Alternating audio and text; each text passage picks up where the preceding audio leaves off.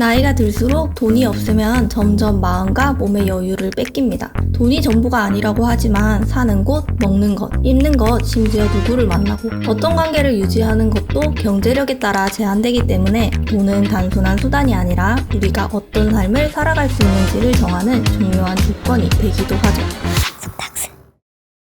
첫 번째, 가난이 건 개인 탓일까 아니면 국가 탓일까? OECD가 분석한 결과를 보면 대다수의 사람들은 태어나서 죽을 때까지 계층이 거의 안 변한다고 합니다. 특히 한국의 계층 지속성은 OECD 중 최고 수준이죠. 모건 스탠리 조사에 따르면 한국의 억만장자 중 84%는 부모에게 재산을 상속받았고 42%는 조부모 때부터 가난했다고 해요. 가난한 집에서 태어나면 단지 돈만 부족한 게 아니라 자신감, 도전의식 같은 정신적 자산도 부족해지는 거죠. 당장 일을 해서 먹고 살아야 하는데 미래를 위한 저축과 투자는 사치에 가깝죠. 두 번째, 그래도 가난에서 벗어나려면 무조건 꼭 해야 하는 한 가지는 바로 작은 돈을 저축하는 겁니다. 회사 사장님들 보면 통장에 억 단위로 찍혀 있어도 A4용지 앞뒤로 쓰고 하잖아요. 그거 습관이에요. 어차피 커피 한 잔인데 하면서 커피 마시고 택시 타고 내가 매달 10만 원을 아무 생각 없이 쓴다면 1년이면 120만 원이고 서열 기준으로 보면 회사 가치가 1200만 원 줄어든 것과 같아요. 커피 한 잔만 아껴서 저축만 해도 10년 뒤면 수천만 원의 차이가 납니다. 세 번째,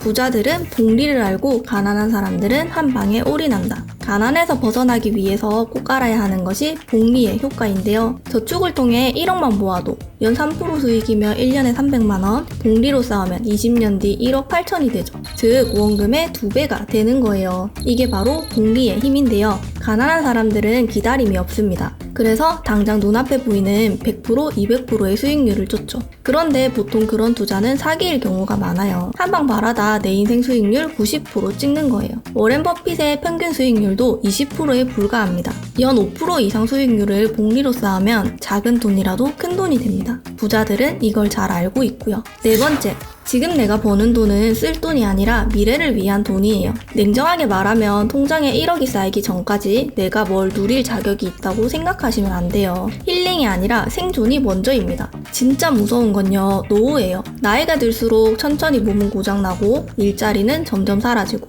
월세 걱정, 병원비 걱정, 약값 걱정, 여행, 나를 위한 선물, 물론 가치 있죠. 가난한 상태에서 소비하면 그건 추억이 아니라 빚이 됩니다. 지금 버는 돈은 현재를 즐기기 위한 돈이 아니라 미래의 나를 먹여 살리는 구조조정 자금이라는 걸 기억하셔야 해요. 마지막 다섯 번째, 독서하기. 웬 독서? 이렇게 생각하실 수 있는데요. 뇌과학적으로 설명을 좀 해드릴게요. 빈곤한 사람들은 경제적인 것뿐만 아니라 전두엽 기능이 저하가 되어서 이성적 사고, 절제력, 인내심 등 모든 게 부족해서 작은 유혹이나 자극에도 쉽게 휩쓸리게 되는데요. 다단계에 빠지거나 사기도 잘 당하는 거죠. 근데 이 전두엽 기능을 제대로 키워주는 것이 바로 독서입니다. 책이 뇌의 PT쌤인 거죠. 이건 뇌과학적으로도 설명이 됩니다. 문화관광부 2023년 독서 실태 조사에 따르면요. 소득이 높을수록 독서율도 높아지는 걸 볼 수 있는데요. 월 소득 200만원 미만은 독서율이 9.8%, 500만원 이상은 독서율이 54.7%라고 합니다. 책 읽는 사람일수록 더 많이 배우고 더 이성적으로 판단하고 더 높은 소득을 올릴 가능성이 크다는 거예요. 독서한다고 바로 부자가 되는 건 아니지만요. 독서는 뇌에 좋은 인풋을 넣어주고 전두엽 기능 저하를 막아 삶을 덜 망치게 해줍니다. 오늘 영상은 여기까지인데요. 속닥스는 여러분에게 어떤 책을 읽어야 하는지, 살아가면서 어떤 걸 꼭 배워야 하는지, 재테크에 대해, 제대로 저축하는 방법에 대해 조금이나마 도움되는 컨텐츠로 계속 찾아뵐게요. 오늘 영상 많은 도움 되셨나요? 구독과 좋아요는 영상 제작에 큰 힘이 됩니다. 시청해주셔서 감사합니다.